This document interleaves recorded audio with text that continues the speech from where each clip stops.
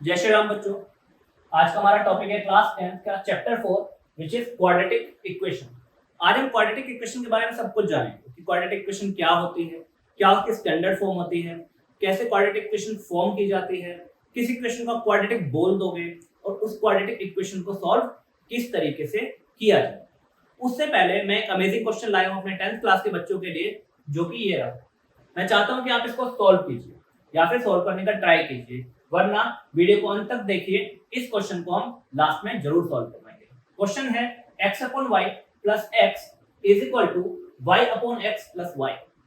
तो मुझे फाइंड करना है कि 1 upon x plus 1 upon y क्या है। और यहाँ पे इन्होंने बोल रखा भाई x y के बराबर नहीं है। x y के बराबर नहीं है क्यों? क्योंकि आप क्या बोलते हैं सर, x y के बराबर रख दो, 1 1 रख दो, x1 y1, ठीक है। तो x की जगह 1, y की जगह 1, तो ये हो गया 1, x भी 1, 1 प्लस 1 2, x1 y1 और ये 1 1 plus 1 2, 1 plus 1 2, 1 plus 1 2, condition satisfied. तो x और y की जगह 1 रख दोगे तो 1 प्लस 1 2 आंसर आ जाएगा। बट x और y बराबर नहीं है, तब आपको 1 upon x plus 1 upon y की वैल्यू फाइंड करनी है इस चीज की हेल्प से, ठीक है। ये क्वेश्चन हम आखिरी में कराएंगे। चलते हैं अपने टॉपिक क्वाड्रेटिक इक्वेशन की तरफ। चलिए ठीक है। अभी तक हमने पॉलिनोमियल आपको चैप्टर पढ़ा दिया था। पॉलिनोमियल में हमने आपको लीनियर पॉलिनोमियल, क्वाड्रेटिक पॉलिनोमियल और क्यूबिक पॉलिनोमियल पढ़ा दिए थे। अगर आपने वो वीडियो नहीं देखी है, आई बटन पे क्लिक कीजिए और पॉलिनोमियल को अच्छे से पढ़ लीजिए, क्योंकि वो एक बहुत इंपॉर्टेंट चैप्टर है। चलिए अब देखते हैं। देखिए भाई, क्वाड्रेटिक इक्वेशन का मतलब है ऐसी इक्वेशन जिसकी डिग्री 2 हो, जिसकी भाई डिग्री 2 हो। अब आप लोग बोलेंगे सर ये डिग्री क्या होती है? हम बोलेंगे भाई आपके इक्वेशन में दो टाइप की चीजें होती हैं, एक तो कांस्टेंट होते हैं और दूसरे वेरिएबल होते हैं। एक तो कांस्टेंट होते हैं और दूसरे वेरिएबल होते हैं। आप बोले सर कांस्टेंट होते हैं 1 2 3 4 और ये सब, और वेरिएबल होते हैं सर आपके x y z ये सब। तो मैं कह रहा हूं भाई ये वेरिएबल है मेरे इक्वेशन जो वेरिएबल है उसकी हाईएस्ट पावर, उसकी हाईएस्ट पावर वही आपकी डिग्री होती है, वही आपकी डिग्री होती है। तो हम कह रहे हैं सर क्वाड्रेटिक इक्वेशन की डिग्री 2 होगी, मतलब उसमें जो इक्वेशन में वेरिएबल होगा उसकी हाईएस्ट पावर 2 रही होगी। मतलब आपको क्वाड्रेटिक इक्वेशन में कुछ x स्क्वायर वाली टर्म देखने के लिए जरूर मिलेगी। आपको x क्यूब देखने के लिए नहीं मिलेगा, आपको x की पावर 4 देखने के लिए नहीं मिलेगी। अगर ऐसा कुछ मिलता है तो वो इक्वेशन क्वाड्रेटिक नहीं है। आपको x स्क्वायर जरूर देखने के लिए मिलेगा, ठीक है। तो वो बोल रहा है भैया क्वाड्रेटिक इक्वेशन क्या है या उसकी स्टैंडर्ड फॉर्म क्या है। तो हम बोल रहे हैं कि भाई जो भी equation ax square plus bx plus c is equal to 0 की फॉर्म में लिखी हुई है वो क्वाड्रेटिक इक्वेशन है, जहां पर एक कंडीशन है a does not equal to 0। जहां पर एक कंडीशन है a does not equal to 0, ये कंडीशन क्यों है वो भी समझा देगा। अब आप देखिए इस इक्वेशन में a 0 नहीं होना चाहिए। क्यों? क्योंकि भाई अगर a 0 हो गया, मान लो a इक्वल टू 0 है, तो भाई यहाँ पे 0 रखो। 0 into x square 0 plus b x plus c बराबर 0, तो ये हो गया bx प्लस सी। सर ये तो क्वाड्रेटिक बची ही नहीं, x की पावर 2 कहां है इसमें। तो अगर a 0 हो जाता है तो भाई x स्क्वायर वाला टर्म तो गायब ही हो जाता है और इक्वेशन क्वाड्रेटिक नहीं बचेगी, इसलिए a 0 नहीं होना चाहिए। भले b c कुछ भी 0 हो जाए, ये दोनों भी 0 हो जाए, तब भी मेरे पास x स्क्वायर वाला टर्म रहेगा, x स्क्वायर वाला टर्म रहेगा तब भी मेरे पास, ठीक है। तो ये क्या है, ये मेरी क्वाड्रेटिक इक्वेशन की स्टैंडर्ड फॉर्म है बच्चों। क्या है भैया? Standard form, standard form. जहां पर क्या है, जहां पर बोल रहा है a b c जो यहाँ पे कांस्टेंट है, कांस्टेंट है मतलब कि नंबर है, और x आपका वेरिएबल है, x आपका वेरिएबल है बच्चों। अब आप बोलोगे सर कांस्टेंट मतलब, भाई लिख के दिखा देते हैं 2x square plus 4x plus 5 equal to 0। ये आपकी एक क्वाड्रेटिक इक्वेशन हो गई स्टैंडर्ड फॉर्म में, जहां पर आप बोलोगे sir a is equal to 2 है, b इज इक्वल टू 4 है और c is equal to sir 5 है। This is a quadratic equation in one variable. और देखिए a b c आपके ये रहे। समझ रहे हो मेरी बात? तो आपके सिलेबस में क्वाड्रेटिक इक्वेशन एक ही वेरिएबल वाली है, वरना क्वाड्रेटिक इक्वेशन दो वेरिएबल में भी आ सकती है। बस क्या हो, हाईएस्ट पावर 2 होनी चाहिए, एक्स स्क्वायर आ जाए, वाई स्क्वायर आ जाए, जेड स्क्वायर आ जाए, तो उसे हटा देते हैं। सो दिस इज योर क्या standard form of quadratic equation. ठीक है, अब आप बोल रहे हो सर कुछ और समझाओ, थोड़ा और समझाते हैं। तो सबने बता दिया सर, डिग्री 2 से हमें क्या पता लगता है वो भी बता दें। डिग्री 2 से मुझे ये पता लगता है, जब मैं इस क्वाड्रेटिक इक्वेशन को सॉल्व करने जाऊंगा, जब मैं इस क्वाड्रेटिक इक्वेशन को सॉल्व करने जाऊंगा, सॉल्व करने का मतलब क्या है सर? सॉल्व करने का मतलब ये है, जब आप इस इक्वेशन में से 2, 4, 5 तो आपको पता ही x की वैल्यू निकालने जाओगे, जब आप क्या करोगे बच्चों, इस इक्वेशन में से x की वैल्यू निकालने जाओगे तो आपको दो वैल्यूज मिलेंगी। You will get to values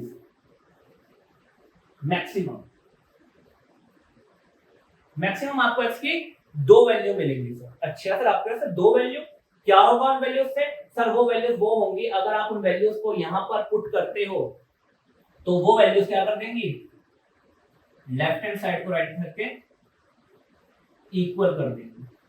मान लो x इक्वल टू 2 रखोगे यहाँ पे, और वो लेफ्ट हैंड साइड और राइट हैंड साइड को इक्वल कर देती है, मतलब इधर 0 है उधर भी 0 बना देती है, तो वो इस इक्वेशन का सॉल्यूशन हो जाएगा। क्योंकि ये क्वाड्रेटिक है, क्योंकि इसकी डिग्री 2 है, आपको x की ऐसी दो वैल्यू मिलेंगी जो क्या कर देंगी बच्चों, इस क्वाड्रेटिक इक्वेशन को सॉल्व कर देंगी या फिर लेफ्ट हैंड साइड को राइट हैंड साइड बना देंगी।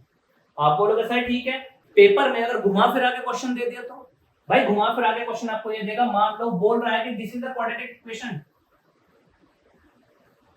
This is the graph of equation, बोल रहा है x की कितनी वैल्यूज एग्जिस्ट करती हैं, नंबर ऑफ सॉल्यूशन क्या है, हमने पहले भी कराया है भाई। जहां पर आपका ग्राफ ये x एक्सिस है और ये y एक्सिस है, जहां पर आपका ग्राफ x एक्सिस को कट करेगा वहीं पर सॉल्यूशन आएगा।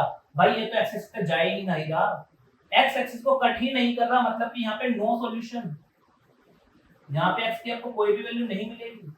आप कहोगे सर ठीक है, ये हाँ ये पैराबोला सही है, ये क्वाड्रेटिक इक्वेशन का पैराबोला है, ये भी क्वाड्रेटिक इक्वेशन का पैराबोला है, बट यहाँ पर इसके कोई रियल सॉल्यूशन नहीं है, x की वैल्यूज ही नहीं है, यहाँ पर है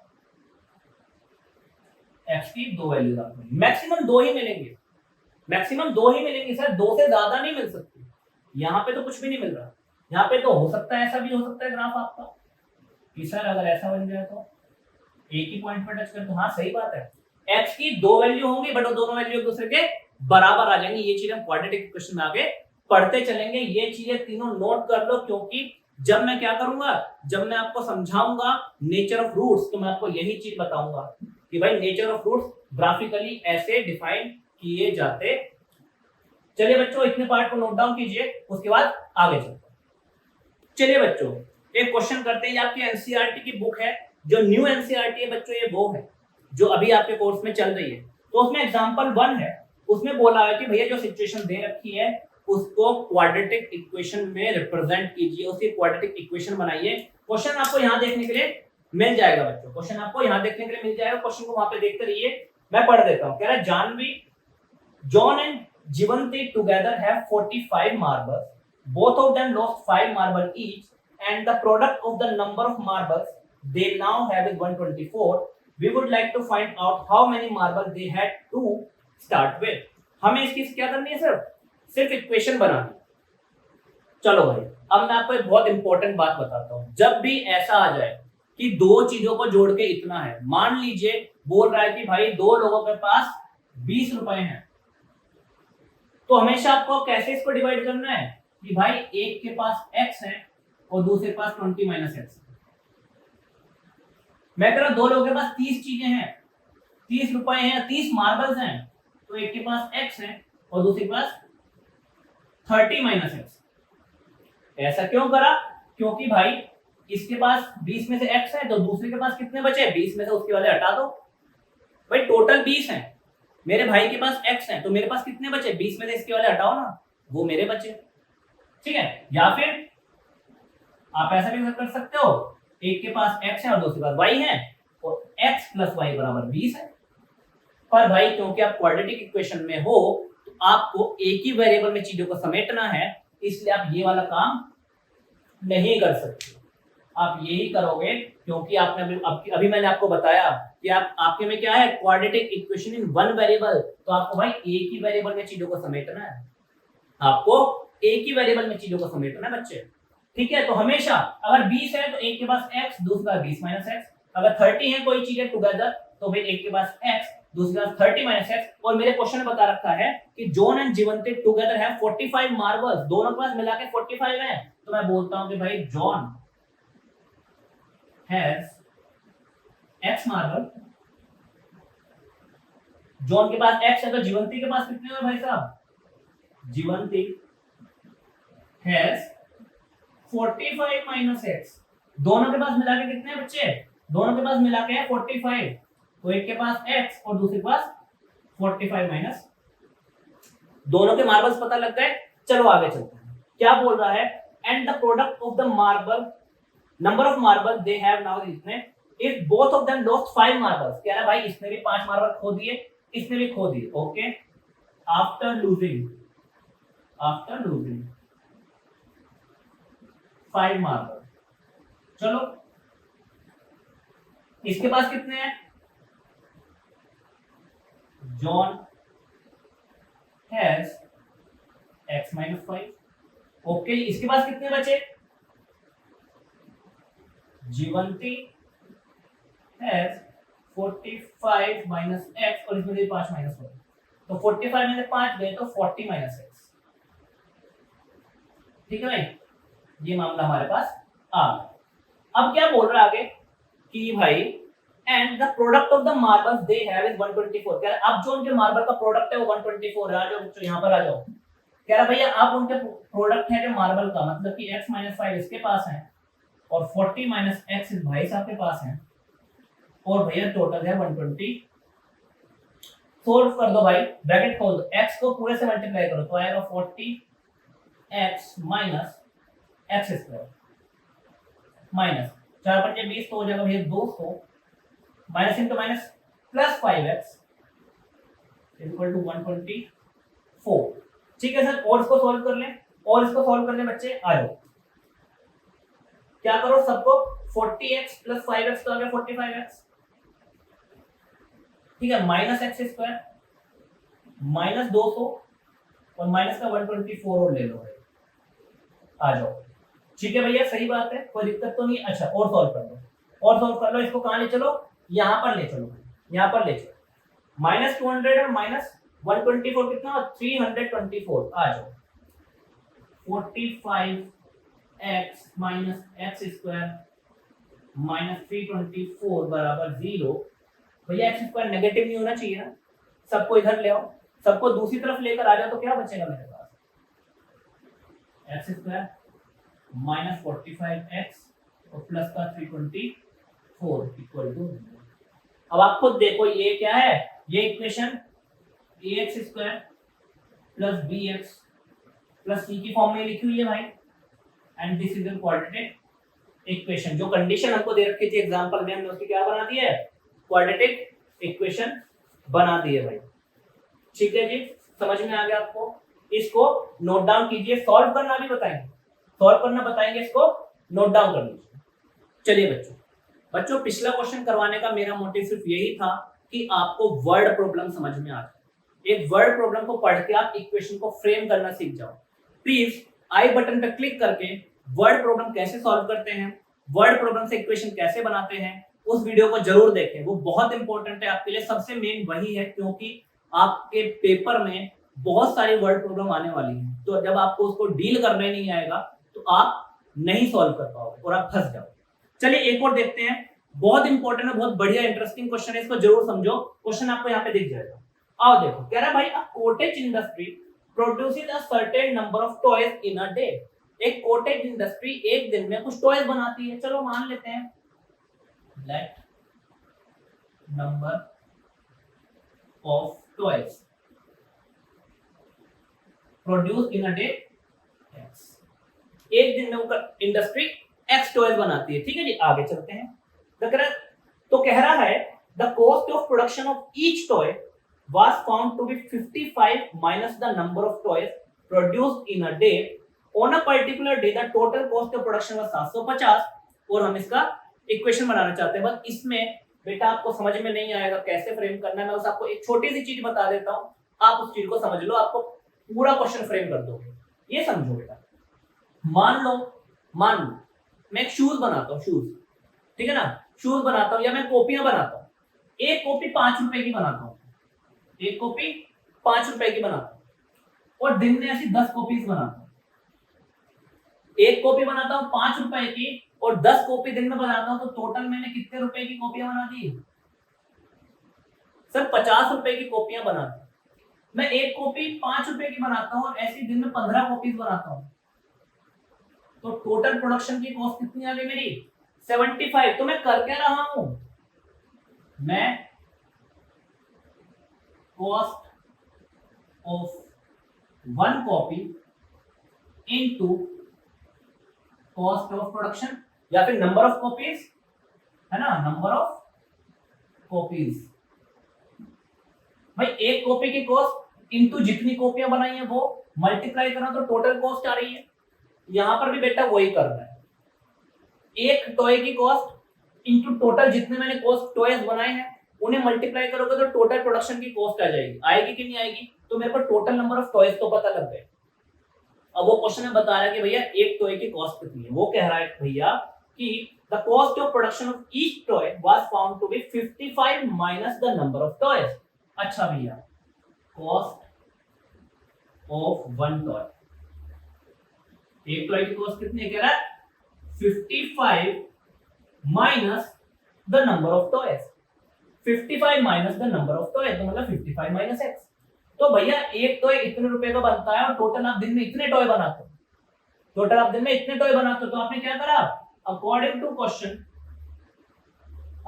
question x into 55 minus X, भैया टोटल नंबर ऑफ टॉयज और एक टॉय की कॉस्ट को मल्टीप्लाई करा तो टोटल आपका प्रोडक्शन कॉस्ट आ गई कि कितना पैसा खर्चा हुआ, और वो उसने बता रखा है भैया 750 रुपए। क्या बता रखा है? 750 रुपीज। इस बात को फिर से समझ लो, एक टॉय 5 रुपए का बनता है और टोटल 10 टॉय बनाता हूं तो 5 टाइम 50, 50 रुपए लगते हैं। एक टॉय इतने रुपए का बनाता हूँ और टोटल इतने टॉय बनाता हूँ दिन में, तो इतने इंटू इतने, टोटल 750 रुपए लगते हैं। समझ गए? बन गई इक्वेशन मेरी। मल्टीप्लाई कर दो, 55 x minus X square is equal to 750। सबको इधर लेकर आ जाइए, एक्स स्क्वायर जो माइनस का था वो प्लस का हो जाएगा, माइनस 55x प्लस का 55 का इधर है तो माइनस का 55 हो जाएगा, और प्लस 750 तो यहीं पे पहले से ही था। बच्चों मेरी इक्वेशन फ्रेम हो गई। सॉल्व कैसे करना है वो हम समझाएंगे मिडिल टर्म स्प्लिट में। अभी से हम इक्वेशन फ्रेम करके आपको दिखा रहे हैं। क्या आपको ये समझ में आया? क्वेश्चन समझ में आया? बेटा ऐसा क्वेश्चन पेपर में जरूर आएगा, लिख के रख लो। एक्सरसाइज में भी है, इस टाइप का क्वेश्चन पेपर में जरूर आएगा, और सबसे मेन काम उसकी इक्वेशन को फ्रेम करना ही होगा। ये तो 2 मिनट में सॉल्व कर दोगे, क्वाड्रेटिक फॉर्मूला है मिडिल टर्म स्प्लिट से, ये तो 2 मिनट में सॉल्व कर दोगे आप, ठीक है। और जिनको इसे सॉल्व करना अभी सीखना है वो भैया आई बटन पे क्लिक करो और मिडिल टर्म स्प्लिट वाली वीडियो को देख लो। 2 मिनट में सीख जाओगे कि क्वाड्रेटिक इक्वेशन को सॉल्व कैसे किया। चलिए बच्चों, वीडियो को पॉज कीजिए और इस क्वेश्चन को नोट डाउन कीजिए। चलिए बच्चों, अब आते हैं अमेजिंग पार्ट। क्या है? चेक करो, check whether the following are quadratic equations और नॉट। क्या ये क्वाड्रेटिक इक्वेशंस हैं या नहीं है? अब भाई हम क्या करेंगे, हम देख लेंगे कि यहाँ पे तो एक्स क्यूब वाला टर्म आ रहा है, तो भाई ये क्वाड्रेटिक इक्वेशन नहीं होनी चाहिए, नहीं होनी चाहिए, क्योंकि सर ने कहा था एक्स स्क्वायर आएगा तभी क्यूब आपको देखने के लिए मिलेगा और एक्स की पावर 4 आपको देखने के लिए नहीं मिलेगी। पर भाई आप पहले इसे सॉल्व तो करो, ये x - 2 का होल क्यूब, इसको खोलो तो सही। अब आप कहोगे यार मैं तो फंस गया, क्वेश्चन था क्वाड्रेटिक इक्वेशन का और यहाँ पे आइडेंटिटीज लग गई। तो बच्चों आइडेंटिटीज मैथ का आधार है, आइडेंटिटीज हर जगह इस्तेमाल होती है मैथ में, चाहे कोई भी चैप्टर हो, कहीं पर भी हो, एपी हो, क्वाड्रेटिक इक्वेशन हो, पॉलिनोमियल हो, ट्रिग्नोमेट्री हो, हर जगह आइडेंटिटीज यूज होती है। अगर आपको आइडेंटिटीज नहीं याद है तो आप इस चैप्टर को ही नहीं कर पाओगे, कहीं पर भी अटक जाओगे, क्योंकि क्वाड्रेटिक इक्वेशन का क्वेश्चन है बट लग गई आइडेंटिटी। तो प्लीज पहले आई बटन पर क्लिक करो और आइडेंटिटीज लर्न करो। ये आइडेंटिटीज आपके लिए बहुत जरूरी है, फिर इस क्वेश्चन पे आओ, इजीली कर पाओगे। आओ चलो देखते हैं। हो सकता है यहाँ पे एक्स क्यूब वाली टर्म कट जाए, खत्म हो जाए और सिर्फ एक्स स्क्वायर बचे, या एक्स स्क्वायर वाली भी कट जाए। चलो सॉल्व करते हैं। X cube minus 4x square minus x plus 1 is equal to, ये है a माइनस बी का whole cube.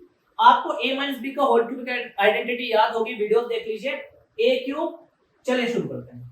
a cube minus B cube मतलब 2 to the 4 to the 8, a cube minus B cube minus 3ab, a की जगह x है और b की जगह 2 है, 3ab और ब्रैकेट में a माइनस बी मतलब x माइनस बी।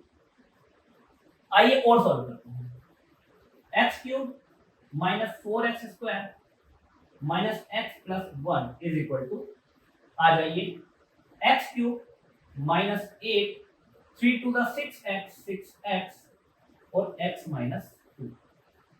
और सॉल्व करते हैं।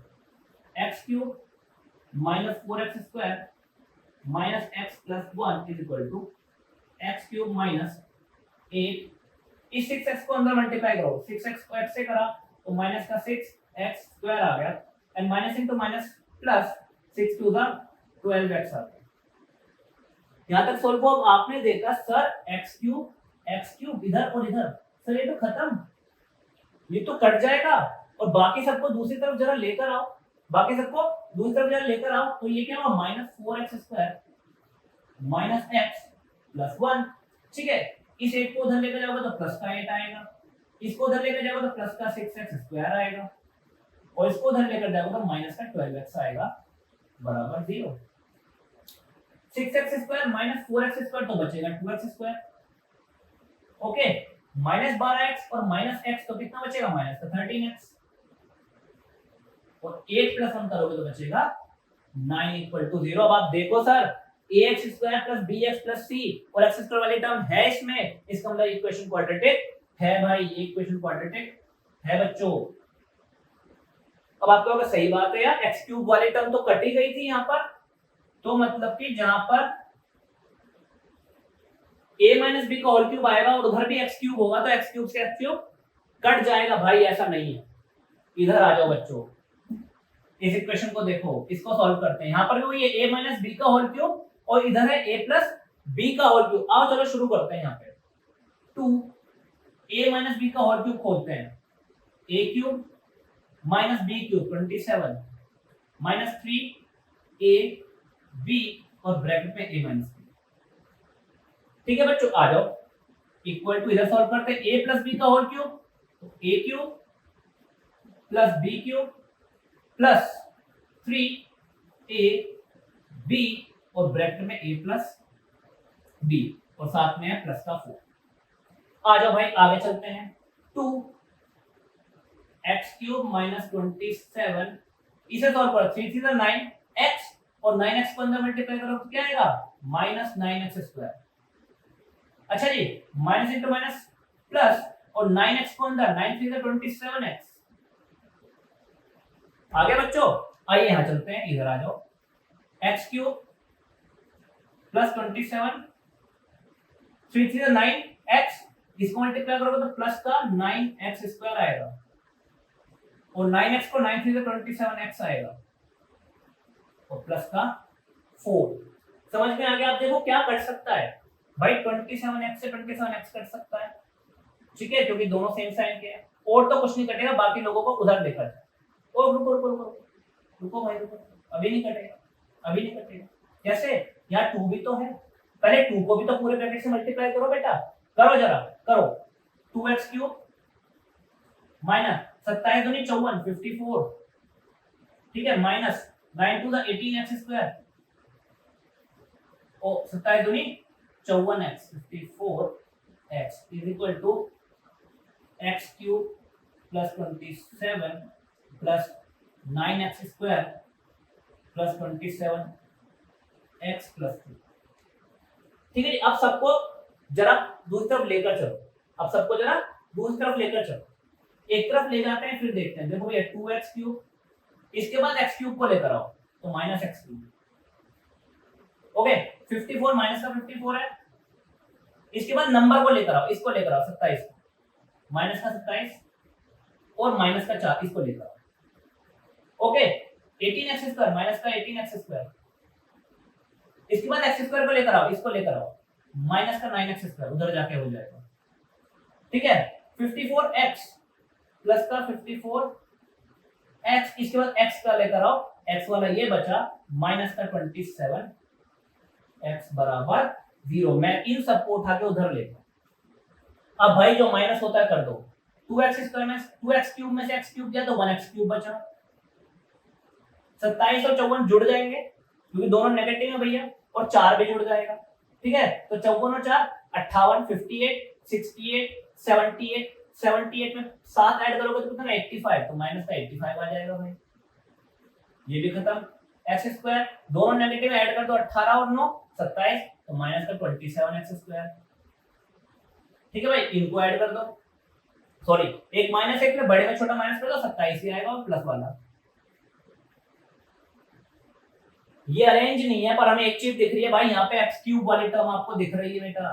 क्या दिख रही है? x³ वाली टर्म दिख रही है, मतलब x³ वाली टर्म कटी नहीं है, अभी भी यहाँ पर है। और जब ये x³ वाली टर्म है तो ये इक्वेशन क्वाड्रेटिक नहीं है बच्चों, ये क्यूबिक है। इसका मतलब इक्वेशन क्वाड्रेटिक नहीं है, ये क्यूबिक इक्वेशन है, तो ये क्वाड्रेटिक इक्वेशन आपकी नहीं है। तो पहले अगर आपको चेक करना है कि ये क्वाड्रेटिक है या नहीं है, नहीं है तो आपको आइडेंटिटीज को खोलना पड़ेगा, सॉल्व करना पड़ेगा, तब देखना पड़ेगा। और पेपर में क्वेश्चन आएगा जरूर कि भाई देखो ये इक्वेशन क्वाड्रेटिक है या नहीं है। अब मैं इसकी शॉर्ट ट्रिक बता देता हूं। मान लीजिए ये इक्वेशन या ये क्वेश्चन आपको 1 नंबर में आ जाता है, आपको क्या आ जाता है 1 नंबर में आ जाता है, तो भाई आपको किसी चीज पे ध्यान ही नहीं देना, क्योंकि आजकल एमसीक्यूज चल रहे हैं ना। सबसे इंपॉर्टेंट बात बताने जा रहा हूं, अगर आपको 1 नंबर में आ जाता है तो ऐसे थोड़ी करोगे, ऐसे थोड़ी करोगे। ये तो 3 नंबर वाला कॉन्सेप्ट है, ये तो 3 नंबर वाला। 1 नंबर में तो क्या करना है, कुछ नहीं करना बेटा। x³ को देखो, यहाँ पे x³ है, इधर देखो x³ का क्या मामला रहेगा, सब कुछ भूल जाओ। a - b को होल क्यूब तो a³ मतलब x³ आएगा यहाँ पे, और कोई मल्टीप्लिकेशन है कुछ नहीं है, तो सिर्फ x³ ही रहेगा। उधर भी x³, इधर भी x³, तो x³ से x³ कट जाएगा, मतलब कि x³ वाली टर्म गायब। अच्छा x² वाली टर्म है, हाँ है, सिर्फ x³ वाली गायब है, x² वाली है, तो x² वाली टर्म रहेगी, मतलब ये क्वाड्रेटिक है। 1 नंबर में है तो यस लगा के आ जाओ। अब यहाँ पर आ जाओ, यहाँ पर आ जाओ, देखो x³ यहाँ पे x³ a³ मतलब x³ आएगा, यहाँ पर a³ मतलब x³ आएगा, यहाँ पर भी ये 2 से मल्टीप्लाई हो जाएगा तो ये 2x³ होगा, और ये 1x³ है, जब इसको उधर लेकर जाओगे तो 2x³ - 1x³ आएगा, और जिसका आंसर होगा 1x³। मतलब कि इस वाले में x³ वाली टर्म बचेगी मेरे पास, x³ वाली टर्म बचेगी मेरे पास। जब x³ वाली टर्म बच जाएगी तो भाई ये क्या होगा, ये क्वाड्रेटिक तो हो ही नहीं सकता। तो 1 नंबर में आएगा तो ऐसे करना है बच्चों, और बड़ा आएगा तो पूरा सॉल्व करना है। नोट कीजिए, मैं आपको शॉर्ट ट्रिक भी साथ साथ बताता चलूंगा, क्योंकि एमसीक्यूज आते हैं, और एमसीक्यूज 20 नंबर के आते हैं बच्चों, आपके 20 मार्क्स के, वो 20 नंबर मुझे आपको सिक्योर कराने हैं। चैनल को फॉलो करते रहो, आपको अमेजिंग बातें पता लगेंगी। 10th क्लास तो सारी की सारी यहाँ लाकर रख दूंगा, बहुत इजी बना दूंगा, कुछ भी कॉन्सेप्ट होगा, ठीक है, कुछ भी कॉन्सेप्ट होगा। और अभी चलते हैं वो क्वेश्चन जो मैंने आप लोगों से पूछा था स्टार्टिंग में, इसको सॉल्व करते हैं, देखते हैं आप लोगों ने अपना कितना दिमाग लगाया। ठीक है चलिए सॉल्व करते हैं। आइए बच्चों इस प्यारे से क्वेश्चन को समझ लेते हैं। बढ़िया सा क्वेश्चन है, इंटरेस्टिंग क्वेश्चन है, थोड़ा हाई लेवल आईक्यू वाला क्वेश्चन है, और ऐसे क्वेश्चन बड़े बड़े एग्जाम्स में आ जाते हैं। आपके पेपर में भी जरूर आपको ये क्वेश्चन, ऐसा क्वेश्चन देखने के लिए मिलेगा। और ये क्वेश्चन प्रूफ वाले भी होते हैं कि भाई प्रूफ कीजिए या फाइंड कीजिए इसकी वैल्यू क्या होगी। तो मैं आपको प्रूविंग सिखा रहा हूं कि भाई अगर ऐसा कोई क्वेश्चन आ जाए तो क्या करना है। बेटा सबसे पहले तो जो आपको फाइंड करना है ना, पहले उसको देखो। आपको क्या फाइंड करना है, 1/x + 1/y में थोड़ा इसी को क्यों ना सॉल्व कर लूं। पहले इसी को थोड़ा सा सॉल्व कर लेता हूं, तब मैं इसको इससे रिलेट करूंगा भाई, क्योंकि इसका जो आंसर आएगा वो इसी में से आएगा। इसका आंसर मुझे इसी में दे रखा है, इसका आंसर मुझे इसी में दे रखा है, तो पहले मैं इसे थोड़ा सॉल्व कर लेता हूं। आओ बच्चों देखते हैं। मैं पहले 1/x + 1/y को ही थोड़ा सॉल्व कर लेता हूं। 1/x और 1/y को ही थोड़ा सॉल्व कर लेता हूं, तो मुझे क्या मिलेगा, मुझे मिलेगा भाई सॉल्व करके x + y/xy। देख लो भाई, देख लो, देख लो, आपको x और y का एलसीएम लेना पड़ेगा तो xy आएगा। जब भी ऐसे आपको ऐसे वेरिएबल्स का एलसीएम लेना हो ना तो दोनों को मल्टीप्लाई कर दो। अच्छा ठीक है, यहाँ पे x के ऊपर कुछ नहीं है तो यहाँ पे y आ जाएगा, और यहाँ y के ऊपर कुछ नहीं है तो यहाँ पे x आ जाएगा। क्यों? क्योंकि देखो एलसीएम में x y है तो यहाँ पर x तो है, कौन बचा y, तो y ऊपर लिखो। यहाँ पे x y है ना, यहाँ पे एलसीएम में x y है, यहाँ पे y तो है, कौन बचा x, x ऊपर लिखो। समझे? तो भाई बेसिकली मुझे इसकी वैल्यू फाइंड करनी है। मुझे क्या 1/x + 1/y को सॉल्व करा तो मुझे इसकी वैल्यू फाइंड करके आओ चलो देखते हैं। अब भाई इस पे चलते हैं, x/y + x = y/x + y। यही दे रखा है ना बच्चों, ये दे रखा है ना। ऐसा करो आप, क्या हम ऐसा कर लें, क्या हम ऐसा कर लें भाई x/y - y/x और y - x। मैंने कुछ नहीं करा, ये एक जैसे दिख रहे थे दोनों भाई, मैंने भाइयों को एक तरफ ले आया, और ये भैया दोनों अलग अलग एक जैसे दिख रहे थे, इसको भाई को इधर ले आया। कुछ नहीं करा, दोनों को आसपास रख लिया।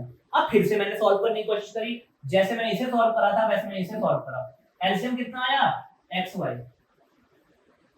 अब मुझे दिख रहा है, मुझे नीचे xy चाहिए, आ रहा है कुछ ना कुछ, ऐसा ही आ रहा है कुछ ना कुछ, आ जाओ। अच्छा भाई xy है, इसके बाद y तो है, x नहीं है तो ऊपर x का मल्टीप्लाई जाएगा, तो ये हो जाएगा x² माइनस, यहाँ पे एलसीएम xy है, इसको xy बनाने के लिए क्या होगा, y से मल्टीप्लाई करो, तो ऊपर करो y से मल्टीप्लाई, आ जाओ भाई साहब, और इधर आ गया y - x। अच्छा फिर से वही वाली चीज जो मैंने आपको बताई थी, आइडेंटिटीज मैथ का आधार है, यहाँ पे लग गई आइडेंटिटी, आ जाओ भाई बच्चों। x² - y², अगर आपने आइडेंटिटी पढ़ी है तो आपको पता है x² - y² क्या होता है, x + y x - y, पढ़ा है ना। वही है आइडेंटिटीज मैथ का आधार है बच्चों, और यहाँ पे है y - x। अब जिस बच्चे के माइंड में क्लिक किया होगा वो बोलेगा सर अगर यहाँ पे x - y है, इधर भी x - y होता तो मैं इससे इसे काट देता, और सर ये तो बचा हुआ जो है ना भाई, सर यही तो मुझे लाना है, x + y/xy, x + y/x, यही तो लाना है, बस ये कट जाए कैसे भी। मैंने कहा ठीक है काट देते हैं। सर जब भी आपको नंबर्स के साइन चेंज करने हैं, देखो ये प्लस का ये माइनस का, आपको y माइनस का बनाना है, x को प्लस का बनाना है, तभी तो ये आपस में कटेंगे। तो क्या करो, -1 कॉमन ले लो हमेशा, तो ये भी बन जाएगा x - y। अच्छा जी आपका काम तो बन गया, x + y और इस ब्रैकेट में x - y और अपॉन xy। आपने कहा सर अब जल्दी करो, x + y upon xy is equal to -1 x - y और अपॉन x - y। क्यों भाई, ये जो भाई साहब मल्टीप्लाई में थे ना, ये जो मल्टीप्लाई में थे उसे नीचे लेकर चले गए, मल्टीप्लाई वाले को डिवाइड में ले आए, और x - y कट गया, तो मेरे पास क्या बचा, x + y upon xy is equal to -1 बचा। क्या बचा, x + y अपॉन xy -1 बचा, और यही तो निकालना था बेटा आपको। x + y अपॉन xy क्या है इसकी वैल्यू, -1। तो इसकी वैल्यू जो पूछ रहा था क्या है इसकी वैल्यू, -1 है इसकी वैल्यू। समझ में आया या नहीं आया? मैंने यहाँ से आपको एक बेसिक बात बताई कि मेरा जो आंसर होता है वो मेरे क्वेश्चन में छिपा होता है। तो पहले हमने थोड़ा सा इसको सॉल्व करा, देखा क्या लाना है, इस हिसाब से मैंने इसको सॉल्व करना शुरू करा, और फाइनली मैं अपने आप ही आंसर तक पहुंचा। चलिए बच्चों, अमेजिंग क्वेश्चन आपको पसंद आया, समझ में आया, और मेरे समझाने का तरीका भी समझ में आया, तो वीडियो को लाइक कीजिए, शेयर कीजिए और चैनल को सब्सक्राइब कर दीजिए, क्योंकि यह चैनल आपके लिए बहुत हेल्पफुल है। चलिए अगली वीडियो तक के लिए जय श्री राम।